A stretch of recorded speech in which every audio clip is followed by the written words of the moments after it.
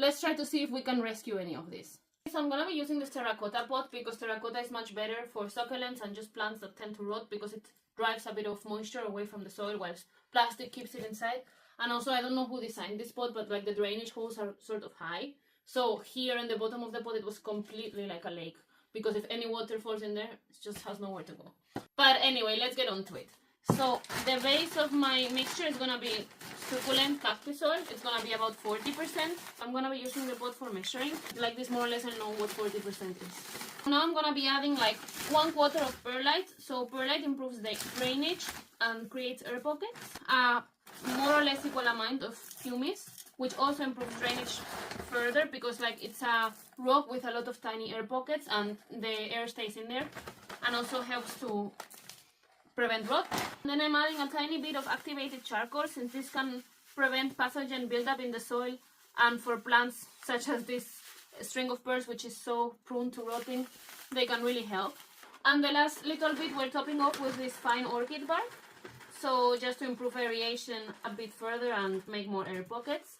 And now I'm just gonna empty this pot and mix everything well in here. As you can see, it's like a very, very gritty mix. Like, it's not so much soil as just rocks with a bit of substrate in between. So completely different from this. So you see why the plant wasn't doing well in there. Okay, so since this pot has like a huge hole and most of the soil is falling through, I'm just gonna use this small piece of broken pot to like partially occlude the hole and like not make my soil fall through. But since it's not sealed, the water should still be able to escape. And now I'm just putting everything back in here. This is bone dry, so I'm gonna add a bit of water because like without water the roots have zero encouragement to grow. So I'm gonna just add it until I see, yeah, like that, and just let it here for a moment settle, and then I'll put in my pearls. So now that this is slightly moistened, I'm just removing the excess water. I don't want it to be super wet because I don't want them to rot either. And I'm just gonna be laying my pearls here and just hoping that at least a few of them decide to make roots. There's still quite a few that are not super shriveled. They are shriveled, they don't look round, but I think there's still hope for them.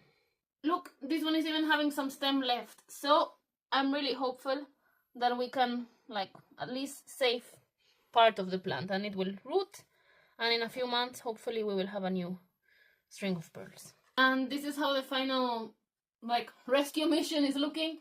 So now she's just gonna be going next to my south-facing window, but not directly in front of it, just because I think it's too much for the state of the plant right now.